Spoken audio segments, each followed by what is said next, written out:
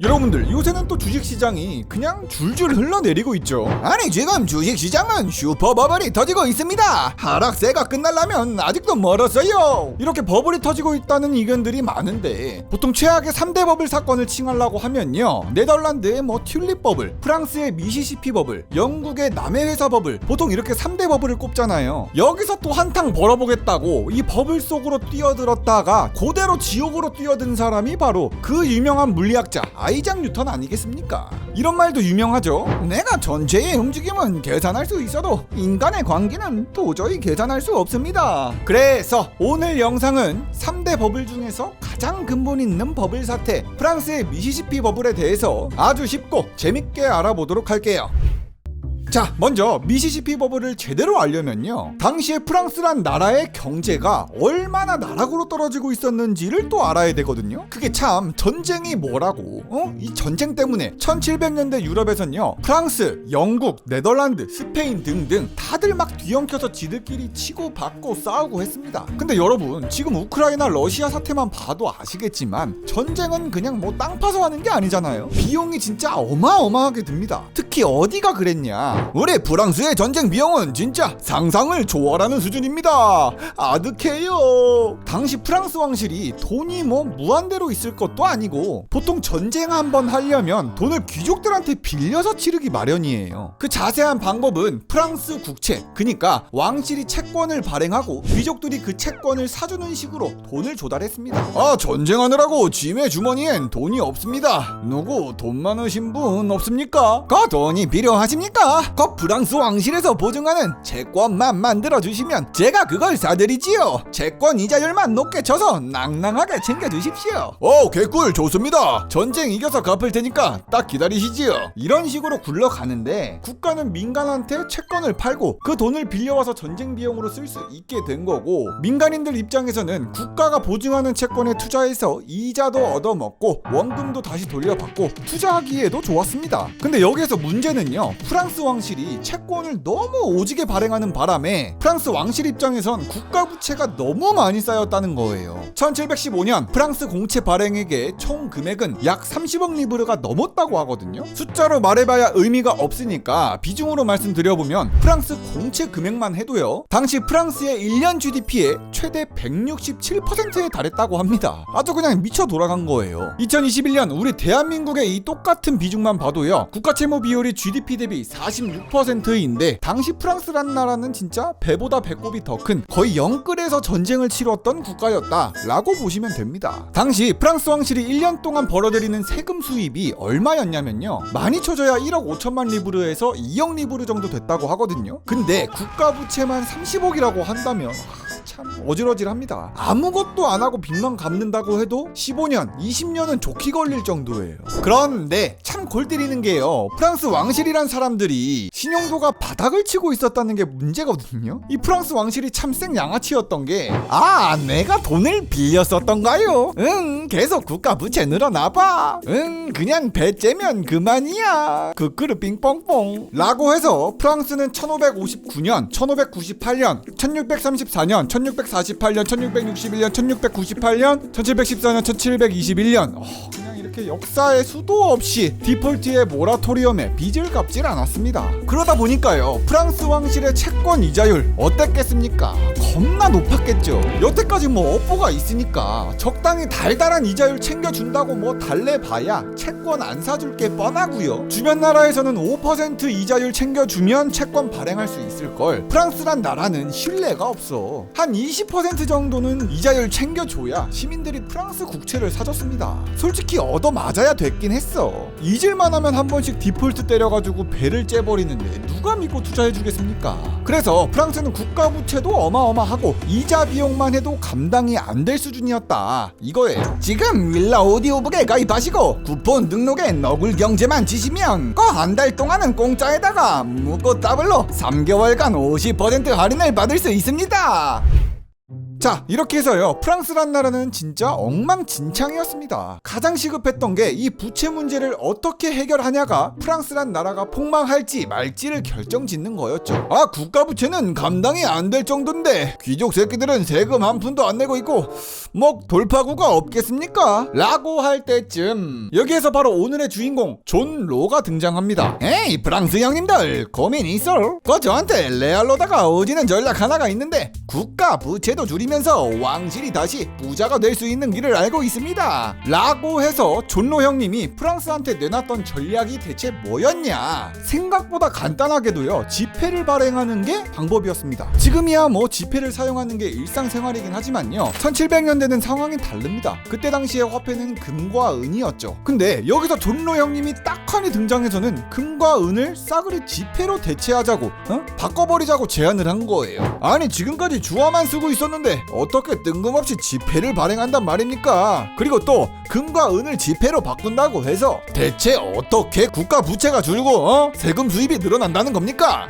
일단 저만 믿으시죠. 600만 리브르와 은행을 설립할 수 있도록 허가만 내려주십시오. 라고 해서 이때 나온 은행이 프랑스 최초의 은행 방크 제너럴이 1716년에 세워져요. 여기서 존로는 이렇게 설명합니다. 제가 방크 제너럴에서 은행권이란 지폐를 발행해 만들 테니까 이 은행권과 주화를 맞바꿔주기만 하면 됩니다. 여기서 은행권하고 주화하고 맞바꿔주면 무슨 일이 일어나냐면요, 신용이란 게 생깁니다. 신용. 이 방크 제너럴이 갖고 있는 금과 은의 규모보다 더 많은 양의 은행권을 발행할 수 있다는 거예요. 이 은행권을 갖고 있는 사람들이 모두 한꺼번에 다시 주화로 바꿔달라고 요구할 일이 없기 때문에 존로는 자기가 갖고 있는 금과 은의 양보다 더 많은 은행권을 발행해도 아무 문제가 없습니다. 아니, 이런 미친 크레이지 아이디어가 있답니까? 그냥 종이에 지폐처럼 은행권을 찍어내서 돈을 갚는다니요. 근데 이게 진짜 개쩌는 게 어차피 이 지폐는 나 프랑스 왕실이 보증할 테니 은행권의 가치는 계속 보증이 될 것이고 우리 프랑스란 나라는 망하지 않고 영원할 테니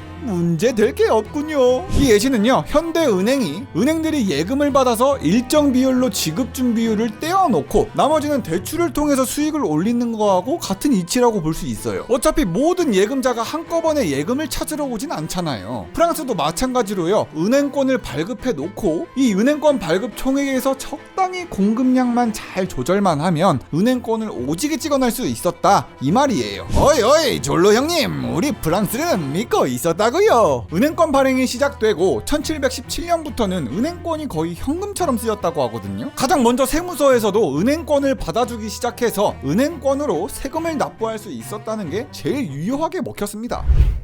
자, 그런데요, 존로와 방크 제너럴에도 문제가 생겼습니다. 그게 뭐냐? 프랑스 왕실은 수차례 디폴트 선언을 때리는 바람에 이미 신뢰가 거덜날 대로 거덜났다 아닙니까? 은행권을 발행해봐야 투자자들이 투자해 줄지는 미지수입니다. 라고 해서 이미 프랑스 왕실의 신뢰는 지옥까지 떨어진 상태잖아요. 존로 형님이 기대했던 만큼 은행권 발행이 넉넉하게 되진 않았어요. 여기서 또 존로 형님 펌핑을 시작하려고 기가 막힌 생각을 또 해냅니다. 여기서 오늘의 메인 이야기인 미시시피 버블의 주인공인 미시시피 회사가 나오는 거예요. 제가 다 방법을 안다 아닙니까? 방크 제너럴로 능력 부족이니 제가 또 다른 회사 미시시피 회사를 만들어 보겠습니다. 이렇게 해서 1717년에 프랑스 왕실은 존로한테 미시시피 회사를 만들게끔 해줬거든요. 근데 이게 지금 생각해도 이 미시시피 회사가 걔 날먹인 게요, 프랑스 왕실은 자기 목숨줄이 달린 회사라고 생각해서 진짜 작정하고 미시시피 회사를 밀어줬다는 겁니다. 프랑스는 그렇게 해서 어마어마한 권한을 미시시피 회사 딱 하나에다가 왕창 몰아줍니다. 일단 신대륙의 미시시피강 주변인 루이지애나의 독점 개발권, 아이고 감사합니다. 또 개발에 묻고 더블로 독점 교역권까지, 이야 잘 먹겠습니다. 당시에 미시시피강 주변에는요, 감당도 안 될 만큼의 금이 매장되어 있었다는 소문이 진짜 많이 돌았거든요.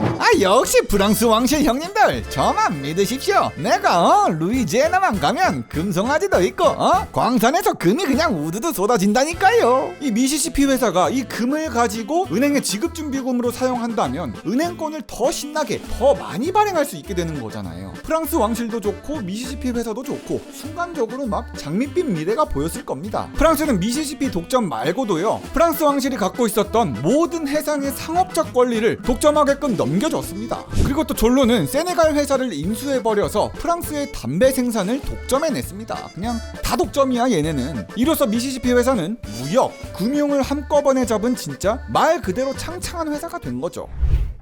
자, 여기까지 해서요 미시시피 회사가 잘 나가는 모습을 말만 드렸는데 이게 또 뭐 주가 차트로 봐야 찌찌가 웅장해지지 않겠습니까? 졸로 형님의 사업이 시작되고 나서 사람들은 당연히 미시시피 회사의 주식을 갖고 싶어 했거든요. 워낙 잘 나갈 게 확실했으니까. 뭐 중앙은행의 무역 독점의 담배까지. 1719년 5월 드디어 미시시피 회사의 주식을 발행하기 시작하는데 일단 주식은 겁나 올랐습니다. 그냥 광풍이 불었어요. 당시 발행가액이 1주당 500리브르였다고 하는데 이 주가는 떡상의 떡상을 반복. 이게 석 달 만에 4배가 올라 2000리브르가 됩니다. 이 2000리브르가 이 차트의 시작 지점이에요 거의. 그리고 1719년 12월 그니까 7개월 만에 1만 리브르를 기어코 찍어내는, 야 이거 진짜 당시로서는 아득한 주가 차트를 보여줬습니다. 일반 시민들은 다 눈깔 뒤집혀가지고 미시시피 회사 주식 사겠다고 파리로 몰려들었죠. 주가는 엄청나게 올랐고 주식을 판매한 엄청난 돈은 이 미시시피 회사로 들어오게 됐습니다. 자, 그런데요 존로하고 프랑스 왕실이 손을 잡았던 이유를 기억하고 계시죠? 가장 중요한 목표가 프랑스의 국가 부채를 줄이는 거였습니다. 존로 형님의 회사가 돈이 많아지니까 존로는 이 돈을 어디다가 쓰냐, 1719년 8월부터 프랑스 국채를 미시시피 회사의 주식으로 변환시키는 미친 짓을 강행합니다. 주식 팔아서 번 돈으로 프랑스의 국가 부채를 사준 거예요. 아까도 말씀드렸지만 프랑스의 국가 부채, 그니까 프랑스 정부의 채권은 부실하기 짝이 없다고 했잖아요. 미시시피 회사의 주식에 투자한 사람만 똥 밟은 거죠. 아주 그냥 뒤통수가 얼얼해요. 이 졸로 형님이 프랑스 정부의 부채를 태우려고 무슨 짓거리까지 하냐면요, 미시시피 회사의 주식을 새로 발행했다 치면 그걸 살려면 프랑스 정부의 채권으로만 지불할 수 있게끔 만든 거예요. 아, 우리 회사 주식 사고 싶습니까? 저희는 금과 은 따윈 받지 않습니다. 프랑스 정부의 채권만 받아줄 테니까 채권 갖고 오십시오, 채권. 근데 이게 솔직히 사람들이 프랑스 국채로 주식을 사야 된다는 게 납득하기는 어려웠을 거예요, 분명. 하지만 투자자들이 납득이 갈 수밖에 없었던 건요, 현재 겁나 떡상하고 있는 미시시피 회사의 주가였어요. 주가는 떡상했잖아. 사람들은 미시시피 회사가 주식을 더 많이 발행해도 또 그걸 프랑스 국채로 사야 했어도 이 회사의 주식 가격만큼은 미친듯이 떡상할 거라고 믿었습니다. 그러니까 이렇게 투자했지. 아니, 미시시피 회사라면 독점권도 많으니까 사업을 오지게 잘해서 돈을 많이 벌 수도 있지 않겠습니까? 아, 어쨌든 간에 미시시피 회사는 우상향이라니까요. 사실상 당장 터져도 이상하지 않은 폭탄을 겁나 비싼 값에 팔아 넘긴 거예요. 이렇게 미시시피 회사는 정부의 채권을 받아서 정부에게 돈을 줬고요, 정부는 미시시피한테 받은 돈으로 채무를 갚았습니다. 결국 프랑스 정부는 존로의 미시시피 회사가 있어서 국가 부채도 줄이고 세수도 늘리고 일석이조였던 셈이죠.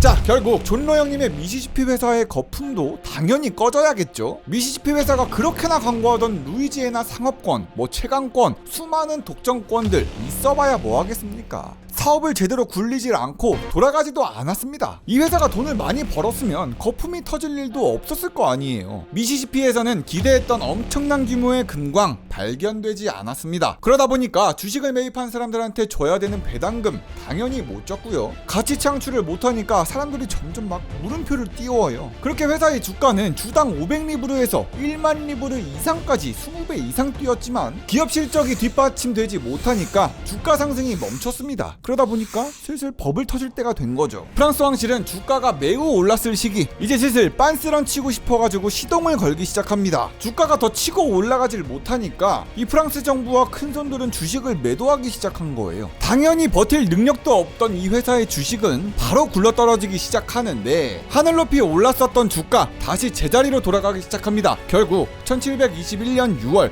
회사의 주가는 1년 만에 500리브르까지 다시 하락하죠. 아니 진짜 무슨 작전주가 움직인 것 같은 차트 모양이에요. 이후에는 미시시피 회사의 주식은 거래마저 끊기면서 수많은 투자자들 프랑스니까 세느강에 수온 체크하러 갔다고 합니다. 아이고 어떡할 거야 정말. 자, 이렇게 해서요 오늘은 미시시피 버블에 대해서 조금 알아봤는데 사실 이런 경제 지식이란 게 글로 보면 좀 따분합니다. 그나마 이번 영상처럼 제가 막 말로 얘기해주고 예시 내고 그림 그리니까 좀 나은 거죠. 책으로 공부하려면은 막 그래프도 많고 숫자도 많고 좀 어질어질합니다. 그런데 이런 경제 지식들을 정말 쉽고 편하게 알 수 있는 방법이 있습니다. 바로 윌라 오디오북을 통해서 말이죠. 윌라 오디오북에 버블 부의 대전환이라는 책이 있거든요. 이 책이 참 좋은 게 역사적으로 경제 버블은 진짜 항상 있어 왔는데 이 책은 그 버블 사건만을 아주 딥하게 집중 조명을 했다는 겁니다. 1700년대부터 2015년까지에 터졌던 거품 경제들 싹 다 정리해 놨고요. 저자가 생각하는 주식 버블, 부동산 버블에 대한 시각을 제대로 구경할 수 있습니다. 특히나 요새 주식이며 부동산이며 거품이 엄청나게 꺼지고 있는데 이 책에서 얘기하는 거품 경제 상황에 현실을 조금 대입해보면 묘하게 잘 맞아떨어지는 것 같아가지고 너무 재밌습니다. 제가 이 말씀을 왜 드리냐면은 도서 버블 부의 대전환은요, 여러분들도 지금 바로 윌라 오디오북에서 그냥 공짜로 들을 수 있기 때문이에요. 무료로. 제가 그 방법을 알려드릴 건데 구글 플레이 혹은 애플 스토어에서 윌라 오디오북을 다운받으신 다음에 회원가입할 때 쿠폰 등록하는 거 있거든요. 이때 꼭 너굴경제라고 입력을 해주시면 이 쿠폰 이름도 마음에 들어. 너굴경제. 윌라 오디오북 1개월 무료 쿠폰하고 더불어서 또 여기다가 3개월 동안 50% 정액권 할인까지 받아보실 수 있습니다. 그냥 공짜로 한번 써보세요. 제가 이 윌라 오디오북은 작년부터 이미 쓰고 있었거든요. 직접 써보니까 장점은 확실한 콘텐츠입니다. 요새 책을 각 잡고 읽는 것도 읽는 건데 이 책이란 게 특정 장소에서만 봐야 되고 또 들고 다니기가 너무 버거워. 그렇다고 전자책에도 문서 읽어주기 기능이 있기는 한데 이게 띄어쓰기도 별로고 전자컴퓨터 목소리로 읽어줘서 어떤 말인지 막 제대로 알아듣기가 어려워요. 하지만 윌라 오디오북은 조금 다릅니다. 딱딱한 컴퓨터 목소리도 아니고요, 전문 성우가 직접 책을 읽었다고 하니까 꽤 들어줄만 하더라고요. 특이하게 소설 들을 때는요, 공포스러운 환경에서 막 분위기 잡는 음악도 같이 나와. 이거 좀 신기하더라고. 산책하면서 소설 듣는데 분위기에 맞는 부금까지 깔리니까 생각보다 집중도 잘 되고 이야기의 흐름을 이해하기 좋더라고요. 보통 제가 이 윌라를 언제 많이 쓰냐면요, 뭔가 빨래를 개놓는 반복 작업할 때 혹은 걸으면서 이동하거나 운동할 때 이 오디오북 듣는 게 가장 집중이 잘 됐습니다. 특히 설거지할 때 그냥 멍하니 그릇만 씻을 수도 있는데 이어폰 꽂고 오디오북 켜놓으면 이야기 들으면서 설렁설렁 설거지 해버릴 수 있습니다. 또 제일 많이 들을 때가 운전할 때거든요. 이게 운전할 때 차 막히면 그거만큼 심심한 게 없는데 길거리에 시간 질질 흘릴 바에 그냥 오디오북 듣고 있으면 나름 이 시간 아깝지 않고 좀 알차게 느껴질 때도 있습니다. 이게 독서를 하면서 동시에 다른 일을 할 수 있다는 이 멀티태스킹이 솔직히 개꿀이거든. 여러분들도 한번 꼭 체험해봤으면 좋겠습니다. 어차피 제가 말씀드렸던 너굴경제 쿠폰 쓰면 한 달은 공짜잖아요. 일상의 루틴만 살짝 바꾸면 이 한 달의 오디오북 몇 권 정도는 그냥 홀라당 먹고 쉽게 들을 수 있을 거예요. 책 사기도 어렵고 사놓고 펴기도 어려운데 그냥 오랜 시간 집중해서 읽는 것보다 라디오처럼 듣는 게 도리어 효율적일 겁니다. 아무튼 지금 나오고 있는 쿠폰 꼭 등록하시고 윌라 오디오북 공짜로 써보시길 바랍니다. 관련 쿠폰이나 설명은 제가 댓글하고 설명란에 자세하게 써놓을 테니까 꼭 쿠폰 사용하시고 윌라 오디오북 찍먹해보길 바래요. 영상 끝까지 봐주셔서 정말 감사드리고요. 구독과 좋아요 좀 눌러달라구리. 그럼 다음 영상에서 보자구리. 굿. 리뷰형이는 바보다구리.